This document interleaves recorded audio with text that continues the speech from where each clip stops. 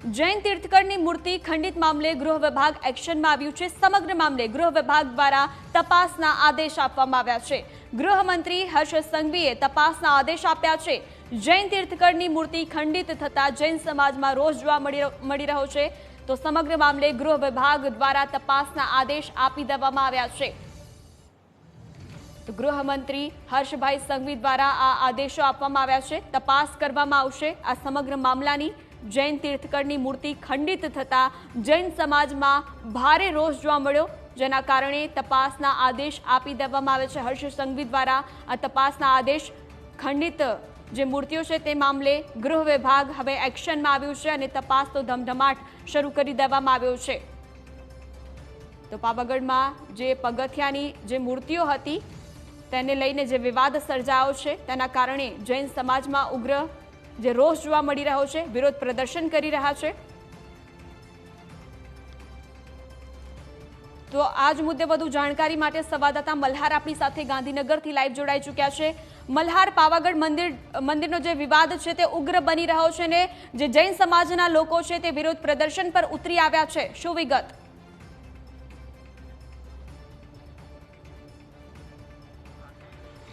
ચોક્કસ નજર કરીએ તો જે રીતે પાવાગઢની અંદર તીર્થ સ્થાનો જ આવેલા છે અને તીર્થ સ્થાનોની અંદર જે રીતે ભગવાનની પ્રતિમાને જે છે તે ખંડિત કરવાનો પ્રયાસ કરવામાં આવ્યો તેને લઈને જૈન સમાજની અંદર ભારે રોષની લાગણી જે છે તે જોવા મળી રહી છે।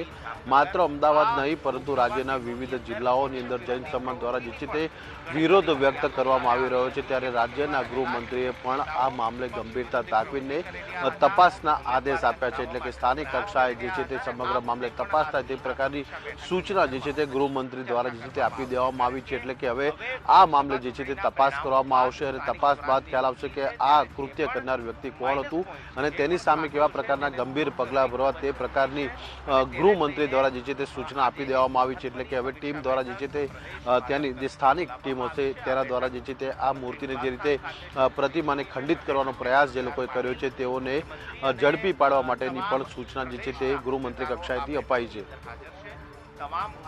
જે રીતે તપાસનો ધમધમાટ શરૂ થઈ ચૂક્યો છે અને અનેક જગ્યાએ વિરોધ પ્રદર્શન પણ થઈ રહ્યા છે, ત્યારે આ માંગ સંતોષાશે કે કેમ, શું લાગી રહ્યું છે?